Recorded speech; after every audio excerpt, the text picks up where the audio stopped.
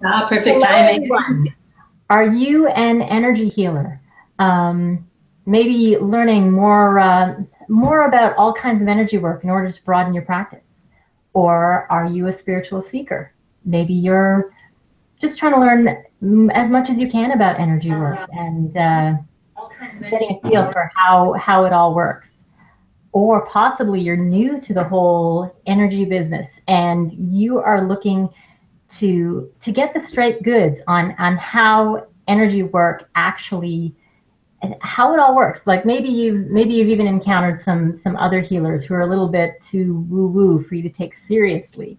And I'm here to show you that there is a lot to it, and there's science behind it, and it doesn't have to be woo woo. There's a lot that can be learned. There's a lot that we can do. My name is Renu Arora, and I'm your host. Welcome to my show, Spirituality Meets Science. I am a trigger release method practitioner. It's a methodology that I co-created, and using this methodology, the way I help people is I actually help them with overcoming emotional, mental, and even physical issues by identifying the underlying triggers that are causing them and releasing them from the subconscious. And to my clients, it looks and feels like magic. But like any good magic trick, once you understand, once you learn the principles at work, you realize that there's actually nothing magical or mystical about it at all. And that if with a little bit of training or understanding, you can actually create that magic for yourself. So why am I here? I am here to tell you that energy healing, all this stuff, this is not just for those few people who were born with the natural insight into how it's all done. What I want to do is make energy healing and energy work accessible to everyone. So if you're here to be empowered, to learn more about how all of this works, how the world really works, then I'd like to introduce you to today's topic.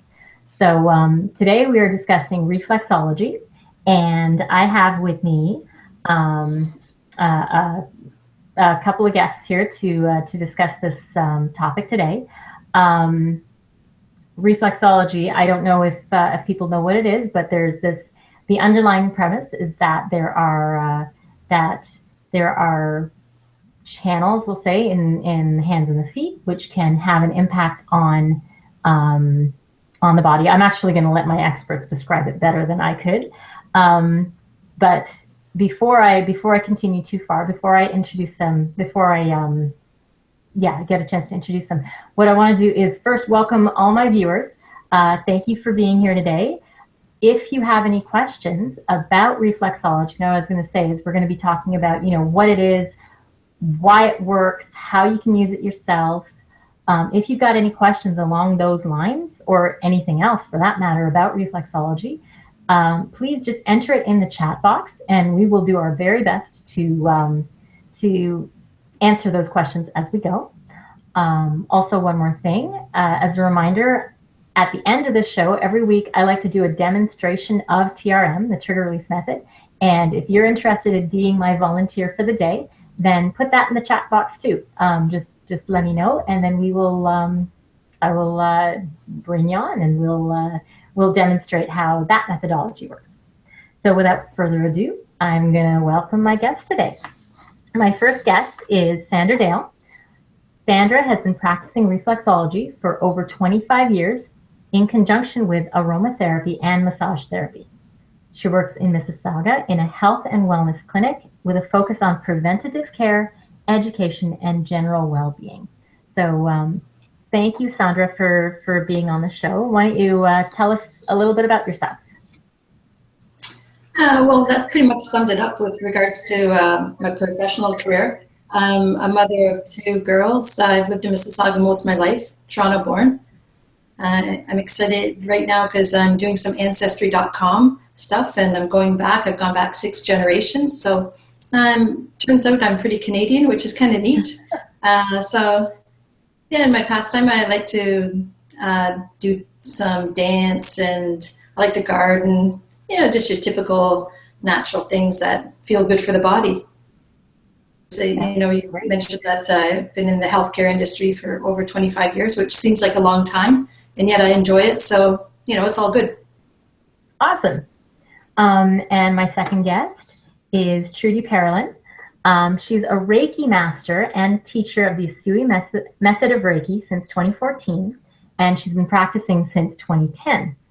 She's Canadian certified registered reflexologist with the Ontario College of Reflexology, and she's a candidate for registered massage therapy. She has a passion to help people on all levels of their being, mentally, emotionally, and physically. So, Trudy, please tell us. It's really great to have you on the show. Tell us a bit about yourself too. Well, I'm a mom of 2 teenagers, so they're at that challenging stage of life. My son is 15 next week, and my daughter is 17 next month, so they keep me busy. I am currently preparing for my final OSCE exam to become registered massage therapy. And it's all, for me, it's all about really bringing to the table something that can help people on all levels. I find that we seem to focus, if there's an ailment, we focus on that ailment, but in order to truly heal, all 3 elements of who we are need to be addressed. So for me, it's really about helping on all 3 levels. Awesome. That's beautiful. So really quickly, before we get into the topic, I'm going to do a little bit of practitioner news. So I don't know if you're aware, but I have, it's a new methodology that I said I co-created, and we have a number of practitioners who have learned the trigger release method. So a little bit of news on that front is that we've got another training workshop coming up, and that is November 4th through 6th. So I've announced this before, but a new little change in there is I lifted the requirement that that people be required to stay on site for the training. So what's not on my website right now is that if you choose not to stay on site, then instead of the fee being $1,200 at this point, it's $1,100. So there is still room for new people who want to join, and if you're local, then you can get a little bit of a discount by staying at home. So that's it for practitioner news at the moment. Now we'll go back into today's topic. So I'm just going to pull up my little logo down there, and it's reflexology. So this is one of those topics I actually don't know a lot about. So I'm very excited to hear what you all have to say. I've got a bunch of questions for you. But again, this is something that it's in a lot of places. And I actually I was chatting with Trudy about this earlier, and depending on the other practices that you have, it can actually be covered, like under OHIP for some people, or not under OHIP, but under extended health plan. So this is actually, yeah. So this is actually something that that more people might want to learn about, because it's something that they could be able to do it without any financial constraints. They could just give it a try. So so I think that's actually pretty neat. So there's a lot of people who might be looking to find out, well, what is this service? And if it's covered, totally, why not see what I can do? So I think that's pretty cool. So yeah, so that's one reason me what. Oh my goodness, I'm all tongue-tied today. One reason we might want to learn about it. Another one is I actually work a lot with, all of us, we understand about how energy flows in and around the body. I use that to sort of, in a smaller extent, with muscle testing and that's part of why muscle testing works. But if we understand that energy flows in and around the body, the premises underneath reflexology, those energy channels make a whole lot of sense. So for people who use muscle testing or have experienced it, then understanding the underlying science behind reflexology should be a natural fit. So I'm looking forward to expanding upon that and really getting to the why and wherefores of how it works. So the first question I'm going to pose to you, because you're going to do a better job than me, is what exactly is reflexology? What does it mean? What's going on? So either one of you. Do you want to answer that, Trudy? Yeah, go ahead. Yeah.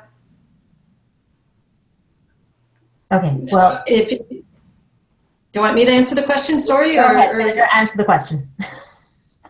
Okay, so reflexology, it's a natural form of healing. Basically, the therapist uses their fingers or parts of their hand, their knuckles, and to exert pressure on patients' feet. You can actually do reflexology on hands as well too, and I've even heard of people doing it on people's ears as well too. And basically, what you're doing is you're trying to stimulate the different points on the body, out on the feet. And just as you said, working with the energy and releasing the channels and increasing the circulation, which overall leads to, a healthier person.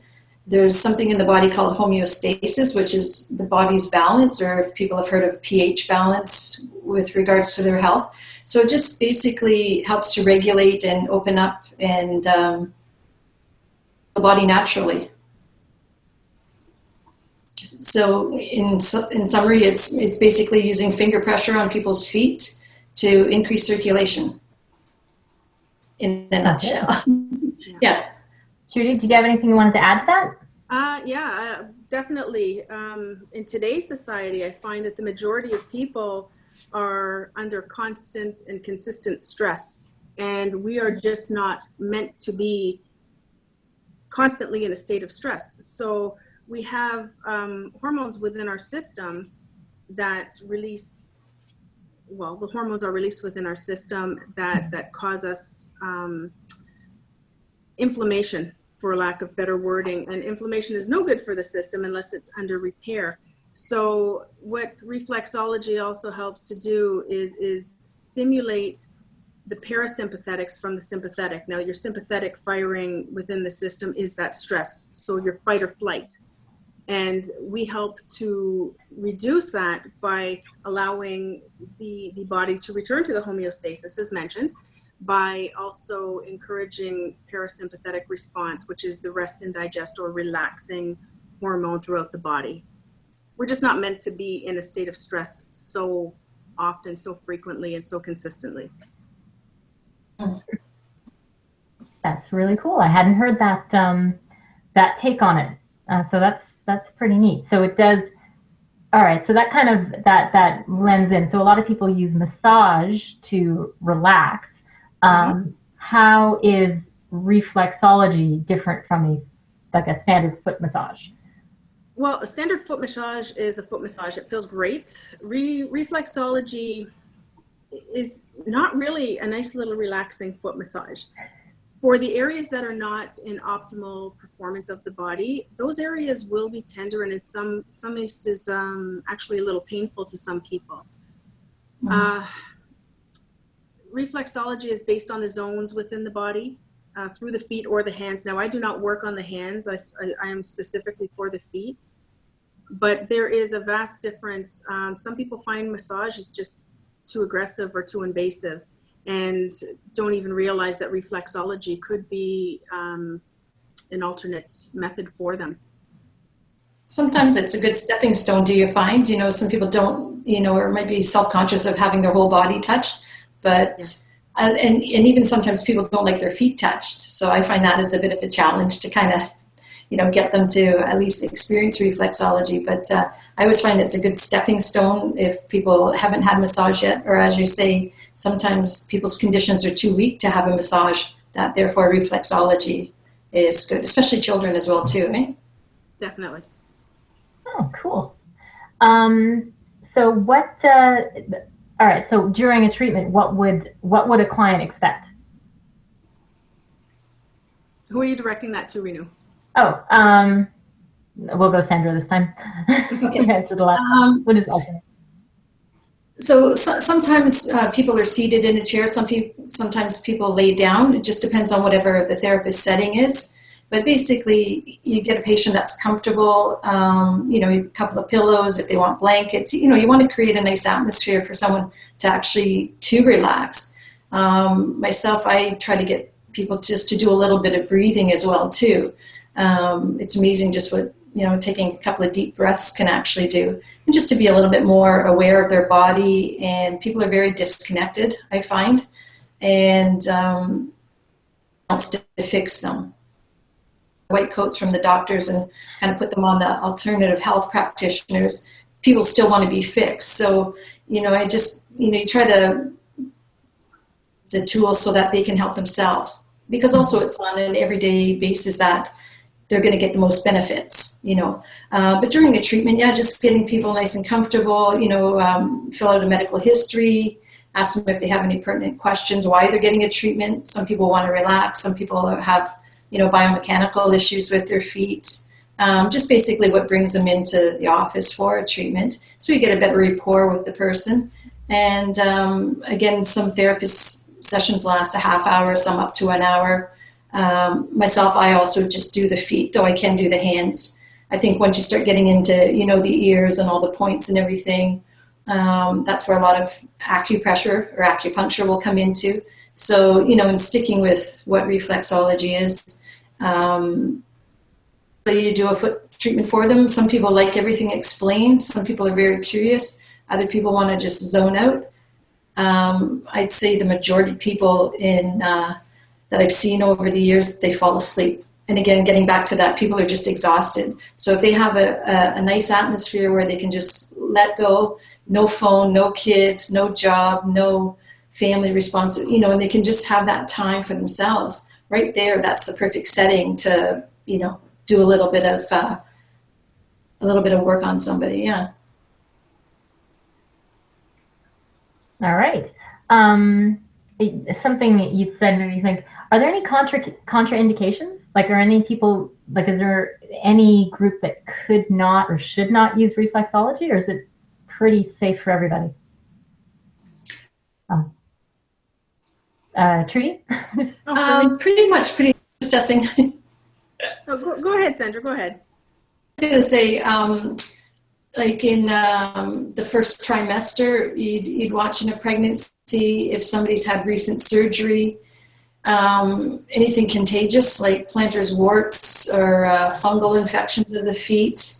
But overall, thrombosis, any issues like that. So you do have to take a medical history, because you don't want to do any harm to anyone.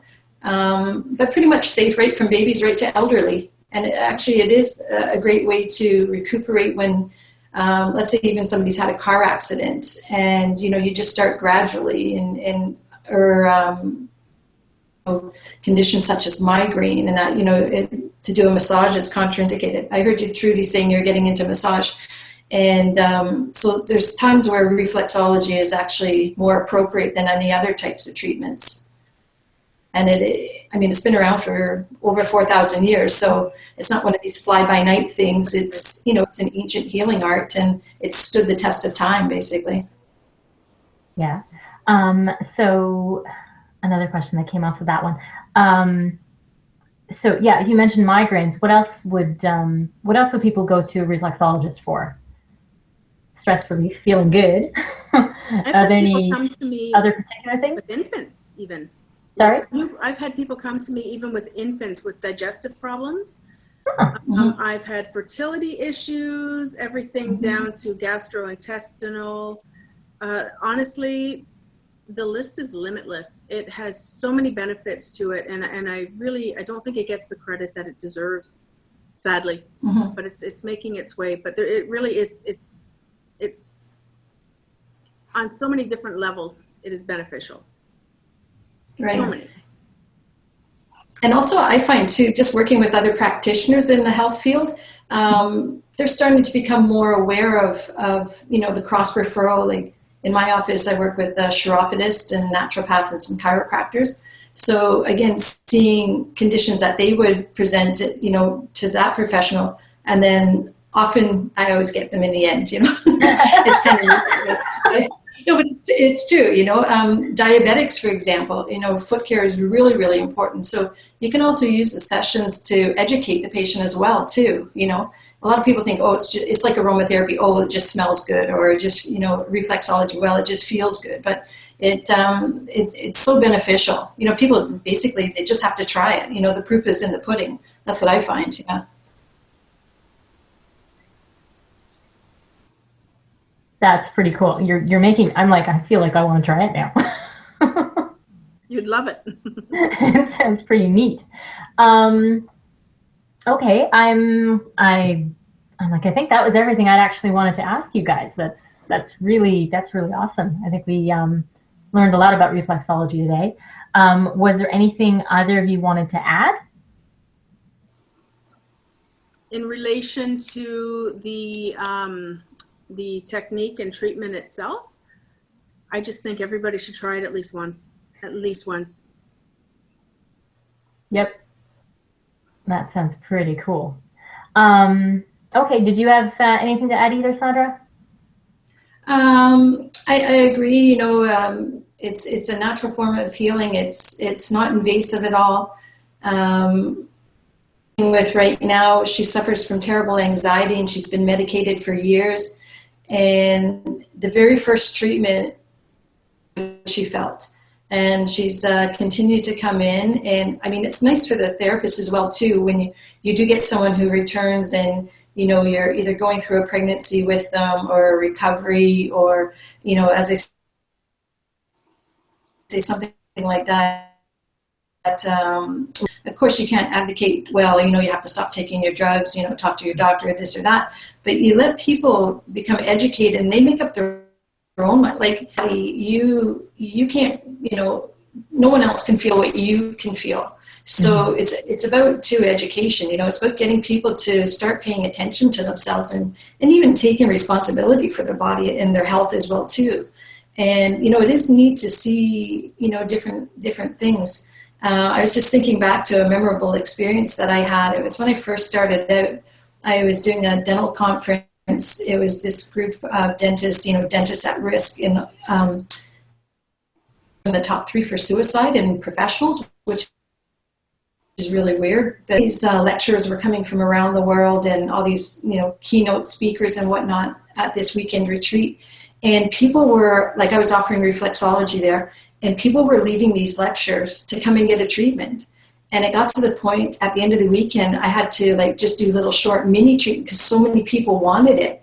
And I'm thinking, wow, these, dentists, they paid a lot of money for the weekend, the seminar, and all these, as I say, all these keynote speakers, but everybody wanted reflexology. So I was wow, this is really cool, So yeah, I've just found over the years that the proof is in the pudding. You see people get better. You notice, why is their foot sore here, and it's all puffy, and you start talking to them, and they say, I've had mid-back surgery, and you think, oh my gosh, that's amazing, because you just see different things. And so it's kind of proven itself to me over the years, and I keep on getting amazed by it. And it's just something that's just it's too bad everybody doesn't do it.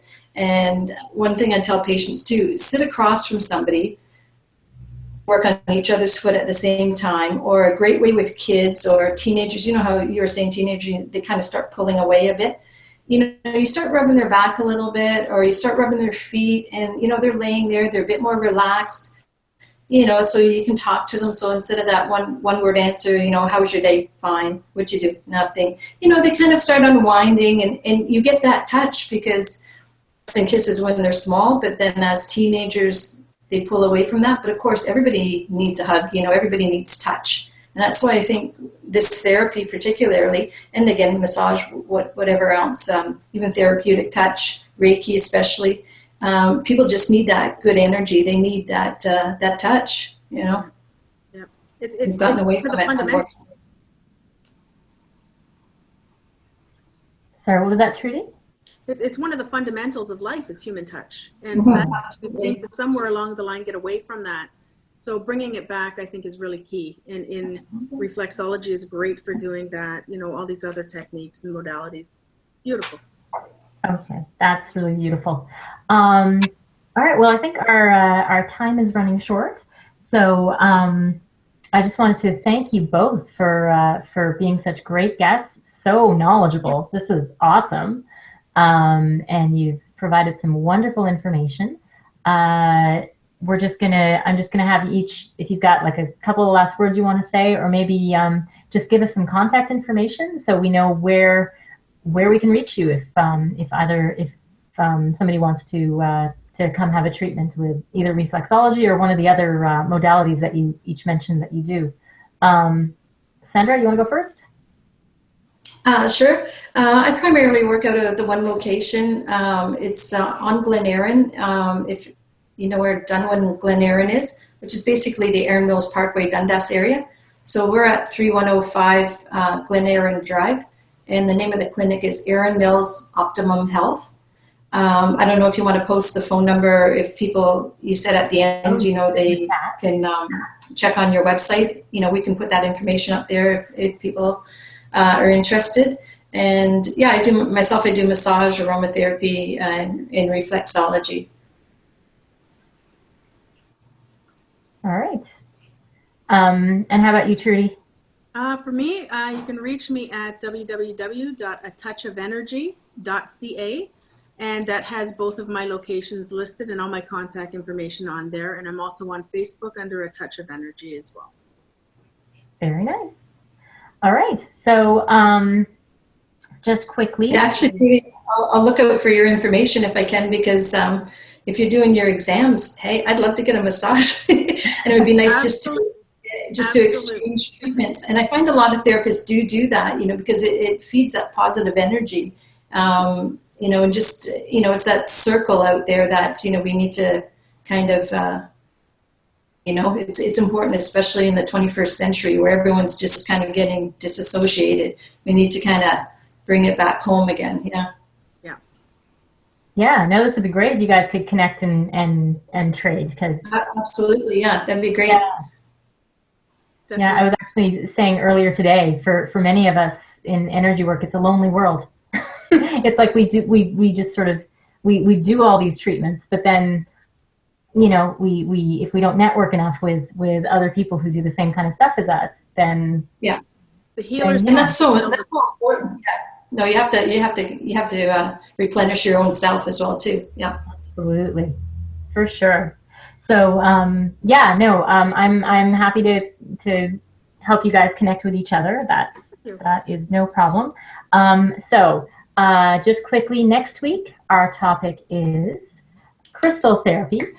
We actually were meant to do this last week, but my internet platform went all crazy on me, so we had to cancel last week, and we continued with reflexology this week. But crystal therapy is finally on, and I'm super stoked about that because I do actually use a few little crystals here and there, so that's going to be a fun one for me to learn a little bit more about. If you're interested in getting notifications about the show, then go to my website, www.healfromyourpast.com, or find me on Facebook. You get last minute let you know that when the show is about to air. So Facebook, Renu Arora, or you can find Heal From Your Past. I'm there under both of them. I'll if you send me a friend request, I will friend you back. So yeah, and if you like the show, if you like what you saw, please share this with your friends. Let them all know we're going to be here every Thursday. And each week we talk about something new. And finally, now that we're at the end of the show, like I said, at this point I like to do a demonstration of trigger release with one of our viewers. I just checked in the chat box. I didn't see anyone raising up their hands. So another week of shy viewers. So Sandra had mentioned before that she might be interested in being my volunteer for today. Are you still willing? Okay. Yeah, absolutely. Yeah. Very cool. So, Trudy, if you want to hang out, that's awesome. If you need to go, then I'll understand. But we're gonna go ahead and show a little bit about what I do. Sure. So I mentioned earlier, what I do is subconscious work. When a person has an issue, my firm belief is that there's a reason for it. The subconscious is really using that issue, that problem, as a signal. I say it's like the flashing light on your answering machine. Its whole purpose in being there is to get your attention, and it's just trying to say, I've got a message for you, and anytime you want to play, like press play, I will tell you what it is. So you have to investigate what's going on underneath. So often it's a life event, something that's taken place. It could have happened when you were a kid. It could have happened, a few weeks ago. But there's something that's unresolved that your subconscious is really would like you to resolve, and it's using your current issue as just the light to get your attention to go deep and let this problem go away. But since in the context of a demonstration, like I can't, and I wouldn't ask you to like air your issues or problems that you got and want to solve them in this kind of time period. What I do, and part of it is,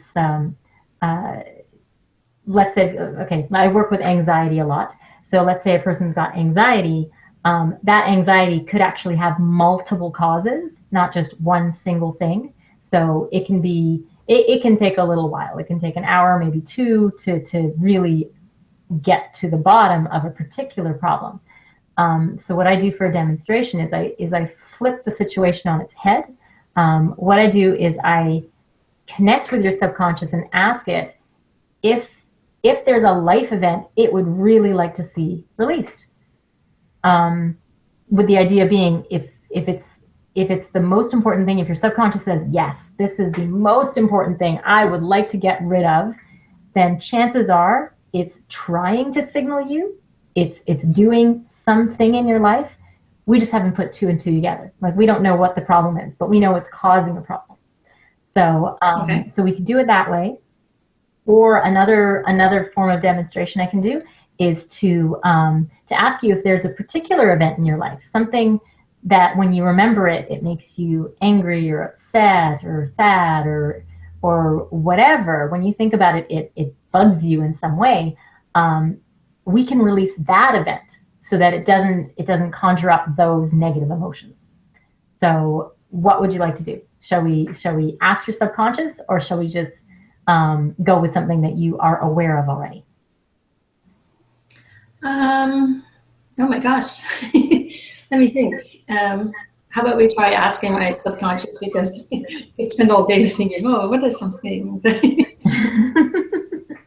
Okay, so we'll just ask and we'll go random. I've done them both ways. It's pretty fun either way. Okay, so I use a pendulum, and I'm gonna try and raise myself a little bit so you can see what's going on. In fact, I'm gonna move that lower third out now so you can see what's going on. So a pendulum is, have you ever used a pendulum before or seen one at work? Kinda. More so for pregnancies, back and forth. Yeah, is it a boy or girl? Yeah, that's exactly what's going on. So a pendulum connects with your subconscious. It reads energy. So it can tell you what your subconscious is trying to say. The most common ones we're going to see are yes, which is a front to back, and no, which is a counterclockwise circle. So we're just going to start from there. So the first thing I'm going to ask is if I can connect with Sandra. And it says, yeah, I can connect. It's like, yeah, I can see your energy out there. Do I have permission to access, all aspects of your energy, unconscious and conscious? Okay, it's thinking about it. Most of us have a protective barrier, which makes sense because we don't go around everywhere and say, hey, by all means, have access. We don't do that. So I think also too, just being in the health field as well too, Oh yeah, you have to put up a shield because otherwise you pick up all sorts of stuff. So yeah, now we're in. You've granted me permission to get in to be able to get answers. Okay, so now that we're in, the question is, do we have permission to access the most important, or what you deemed as the most important life event that you'd like to see released from your energy? And it says yes. So you're going to give me something pretty important. So first I'm going to ask, is there any drama around it? Yes, there's some drama. Drama, just to explain, because it happens, I see lots and lots of drama, is like uncomfortable details surrounding a circumstance or an issue. It's why a lot of people don't want to deal with their stuff. It's because their ego creates drama, so we get stuck in the drama. We get stuck in the adventure. It's like when we say, "Oh, it's not really a problem," even though it is, or or it's too uncomfortable to deal with. I don't really want to talk about it. So we avoid it. It creates a cloud, so we don't have clarity.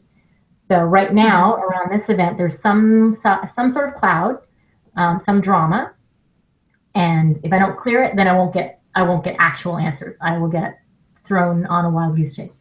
So first there is drama, so I demand that the drama be released. Is there any more drama around it? Oh, okay, the ego said, yeah, all right, I'll get rid of it. Okay, so no more drama. So how many clues will help us figure it out? Is it 1 clue? No, 2, no, 3. Okay, 3 clues. So right now what we're essentially trying to do is, it's as though, like if we're looking at your life as though it was a movie, we're trying to find a particular scene in the movie and describe it. So who are the people involved? What were they feeling? So that way you're gonna remember that particular event. So there's 3 different emotions. So these aren't necessarily all yours, but these were all part of that theme. So the first emotion is in column A, yes. 1 through 10, no. 11 through 20, no. 21 through 30, yes. 21 through 25, no. 26, 27. Did I just say C28? I said C28, okay.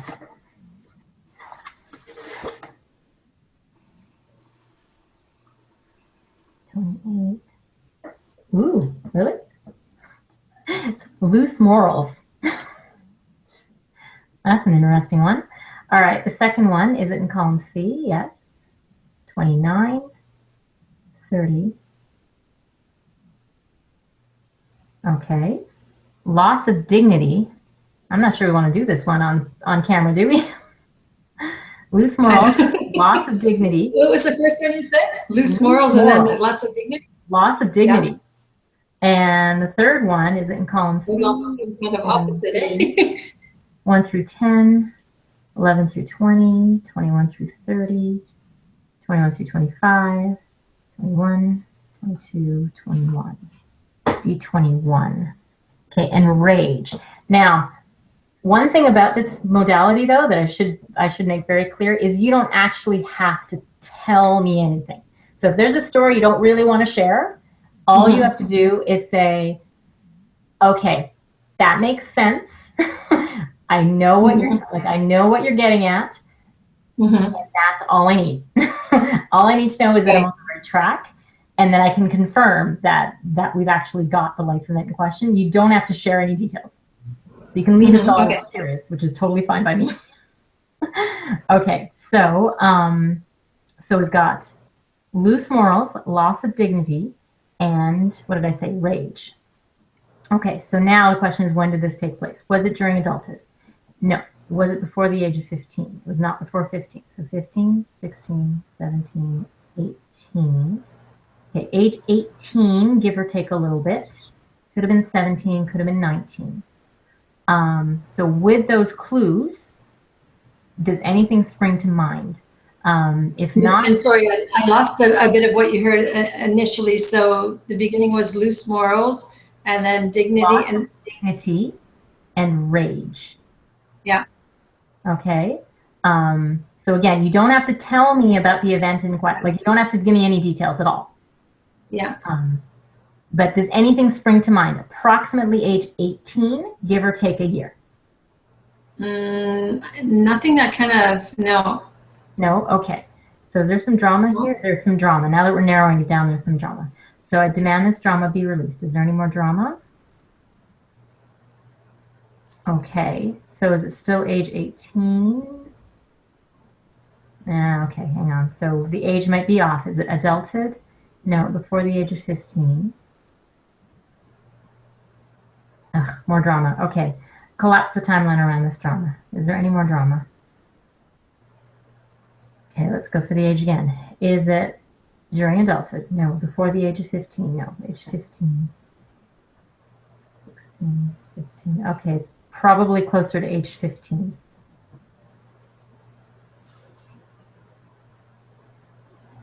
Okay, anything come to mind? No, sorry. Okay, that's fine. That's fine. We just keep narrowing it down. Okay, so age 15. Any drama there? No drama. Are these still the same clues? Oh, bugger. There was drama, so I wasn't getting the right clues. All right. So what are the clues now? How many clues are there? 1, 2, 3. Still 3 clues. Any in column A? Yes. 1 through 10, 1 through 5, 6, 7, 8, 9, 10. Okay, it was leading us on a complete wild goose chase. This is what drama does to me. A10. Arrogance is actually the first clue. The second clue, column A. 11 through 20, 21 through 30, 21 through 25, 21, 22, 21. A21. Confusion. Third one, column A, B, C, D, E. 1 through 10, 1 through 5, 6, 7, 8, 9, 10, 9. Okay. Totally different clues. E9? E9. Okay, so arrogance, confusion, and spiteful. Okay, is there any drama now? No. Sounds like it's more talking about my sister than myself. Okay, age 15, arrogance, confusion, and spiteful. Okay, so was your sister involved in this? Your sister was involved in this. You were age 15, give or take a little bit, I said. And was anyone else involved? It was just you and your sister. Okay, so this was just you and your sister around the age of 15. So is something springing to mind now? Arrogance, confusion, and spiteful. No, I'd say that was or when we actually did get along and talked, you know, just as we were growing up in the same household. It was more, I find the things that you're explaining, you know, the rage and whatnot, that would be later in life. No. What I was saying is there was drama, so ignore the rage, ignore all that stuff. Oh, okay. That's the thing about drama is it, like I said, it clouds details. So I get thrown completely off track because it's like, I don't want to talk about that. So I'm going to give you some weird stuff instead. So I had to, once something was cleared, I narrowed it down. There was drama around the age, so we had to get rid of that. And then it said, oh, well, it's actually age 15 and these are the actual clues. Like, okay, fine. It's weird the way it happens. So the actual age is 15 and the actual clues are arrogance, confusion, and what did I say? Spiteful. And you said those, and it sounds like it was you and your sister. I asked if there was anyone else involved, and I'm getting a no. So around the age of 15, you and your sister, arrogance, confusion, spiteful. Okay, who was arrogant? Were you arrogant? No. Was your sister arrogant? Okay, so your sister was arrogant. Were you confused? Was your sister confused? Okay. She was arrogant. You were confused. Were you spiteful? Was your sister spiteful? And you were feeling spiteful. So you feeling spiteful and confused, she was arrogant.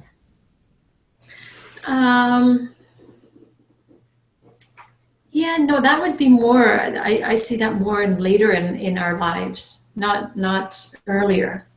Okay. All right, so let's see why I'm getting 15. Is there some drama still? There's some drama still. Okay, we demand the drama be released. Any more drama? Collapse the timeline around the drama. Any more drama?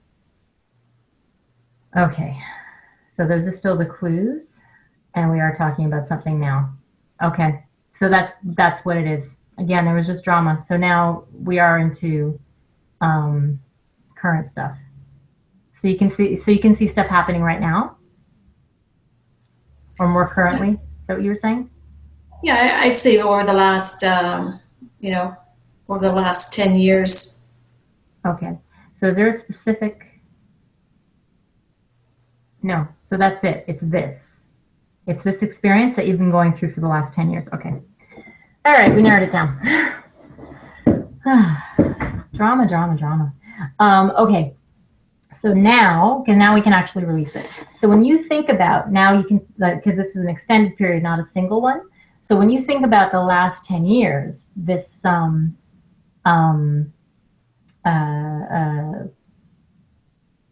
experience is kind of the best word, what you've been going through in relation to your sister, does it trigger, like when you think about it, does it create some negative emotions? So it could be, sadness or embarrassment. I would say probably not as much as what it did years ago, but it did for the longest time. And then, you just have to kind of deal with it, accept, and then let it go, because it was like a ball and chain around your foot, and you think, basically it's weighing you down, right? Right.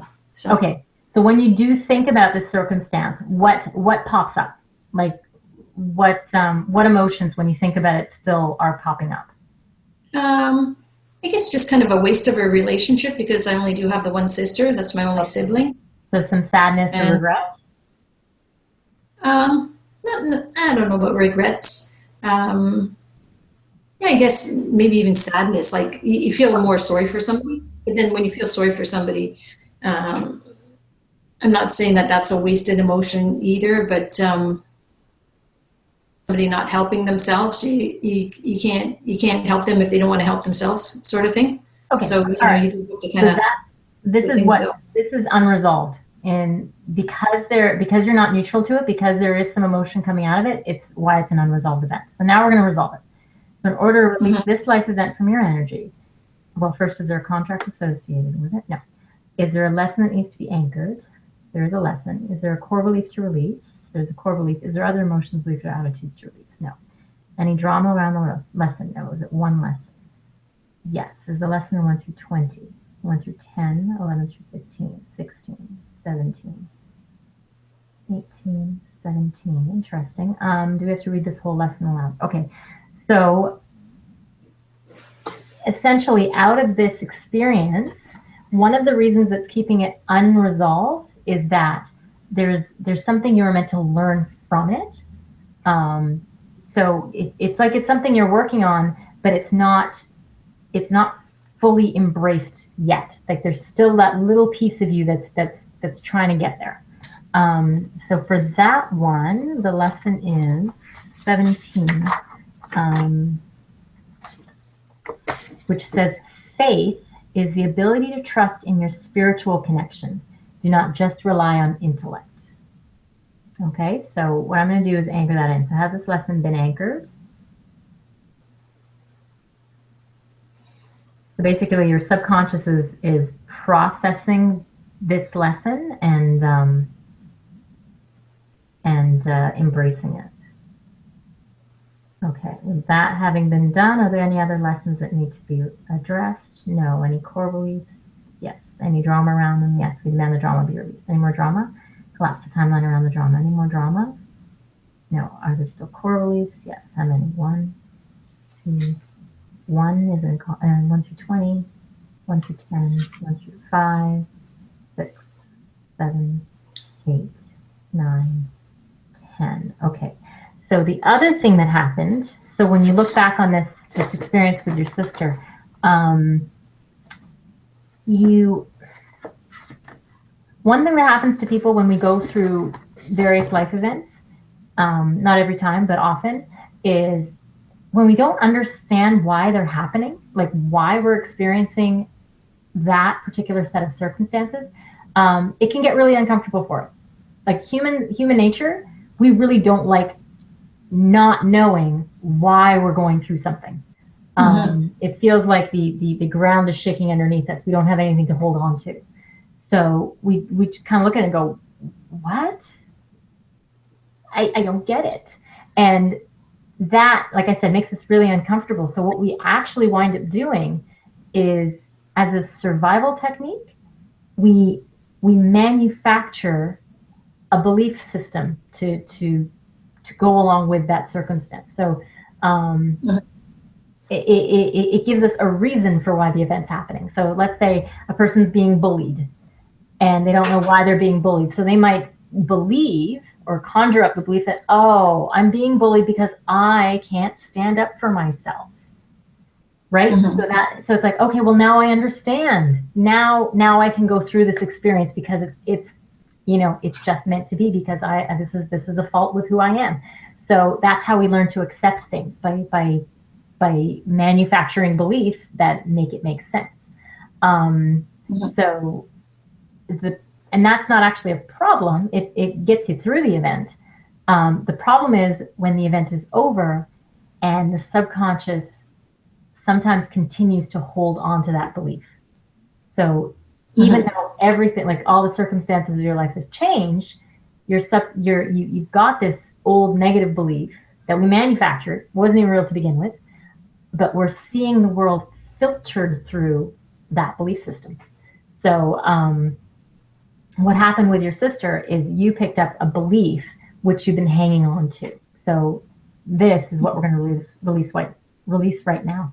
So what I'm going to do is I'm going to read the belief, and my pendulum is going to say, yep, that's my belief. And then I'm going to read the opposite. I'm going to read what we want your subconscious to believe instead.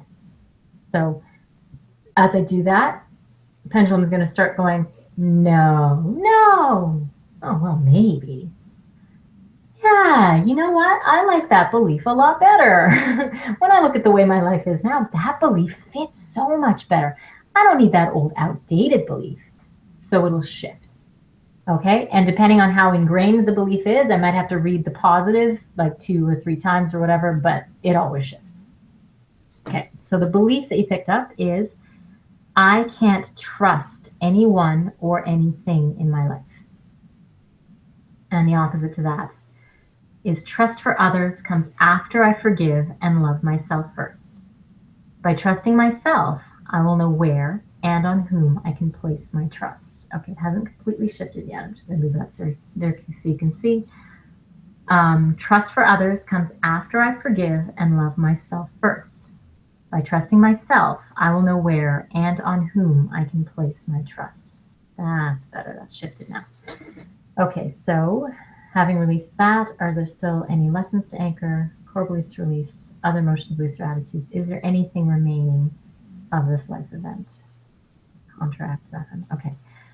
So now think about that experience with your sister and tell me if things feel a little bit different.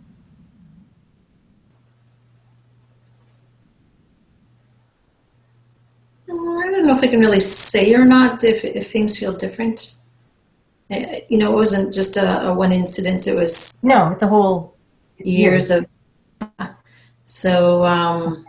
Is there still something there? Is there still some emotion left? Well, I think so, because I think things just continue down the same path. Like, as they say, a leopard doesn't change their spots, Right. And I find over the years, like you think, okay, one more chance, and then you just think, okay, you have to take the advice that you would give a friend. You have to take your own advice. So you just realize, the thing is, if a person isn't for you, they're against you. And there's occasions where I feel, oh, it's too bad, I don't have my sister. I don't know if you remember in the segment that we were just doing there, I was mentioning about the ancestry.com. Yeah. Well, that would be something that you would share with your sister, considering, she's the only one remaining left, and yet, I don't want to, I feel like I don't want to waste my time, because I know it's not like, will something go wrong, but when not when will it will. And for that, you think, like, let's say even just Thanksgiving coming up, you think, oh, it's nice to have the whole family around. And yet you think you don't want to put yourself in that position for there to be nonsense again, because there always is. So I've just come to learn that, oh, well, unfortunately it's my sister. As they say, you can't pick your friends. You can pick, you can't pick your family, you pick your friends. I want to see if I can there's still something here. Like I want to see what it is that you're still hanging on to, and see if we can release that. So is there an emotion cluster? No. Is it a single emotion? Okay, it's a single emotion that's still sort of stuck. Right. Is it in column A? No. B? No. C? 1 through 10, 11 through 20, 21 through 30, 21 through 25, 21, 22, 23, 24, 25, 24, 24, C24. C24. It says learning difficulties. Which is not really. I've got to fix that in terms of its name, because that doesn't make any. It's like, because it's the belief that nothing will change. Like that's the like it's that things are stuck. Like knowledge or events are static. That's kind of what that's trying to say. So in order to release that particular emotion, is there a lesson to anchor? A core belief to release? Yes. Another emotion, belief, or attitude? Yes. Is there a life event as well? No. Okay, so the core belief. Is there drama around the core belief? No. Is it one core belief? One core belief. Again, is there trauma?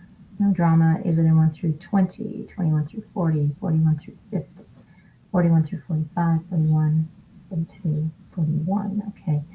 So there's a reason that you're sort of that emotion seems to be stuck. Core belief 41.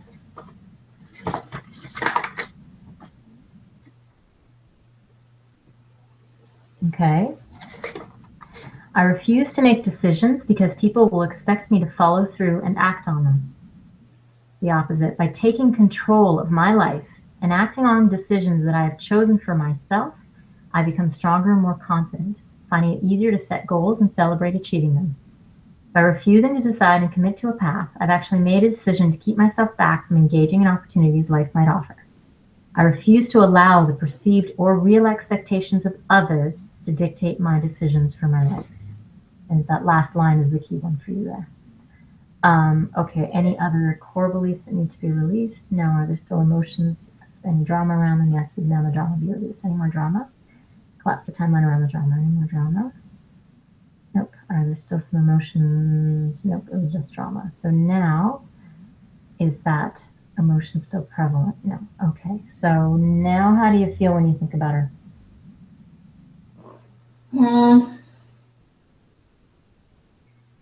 I find I try not to really think about her. Only the fact that, but I think it protects you in a sense that, because when you do have contact with that person, you always feel angry or frustrated with her. I know what's going on. Yeah, so you just you don't engage with that person anymore, so that you don't have to feel those emotions anymore, because nothing, not like something's getting worked at and getting better. It's just, it's just gone on for far too long. And so, talking about the ego being out of balance, and I should have caught on to that right away. So with respect to your sister, is your ego in balance? No, because you've kind of given up. You're like, there's nothing to be done. I'm stuck here. That's when the ego, like I said, I've spent years trying. I've spent years trying. Yeah, no, I get it. I totally get it. To the point you think, well, unless they try to help themselves, you can't do it for them, right? So, in life, as I say, it's unfortunate because you have one sibling, but at the same time, that's just I'm not fine with it. It's just the way it is, Yeah. Okay. All right. Because there was just some drama there. I was asking if your ego's in balance now, and it seems to be in balance now. Is it creating any more drama? No. Okay. So, all right. So, yeah. Well, I won't prolong this too much because I found that life event, and I think because I didn't address the ego imbalance first. Well, actually now that I've done it, is there still anything remaining in that life event? No. So now think about that just one last time, because I think that really should have had an impact at this point.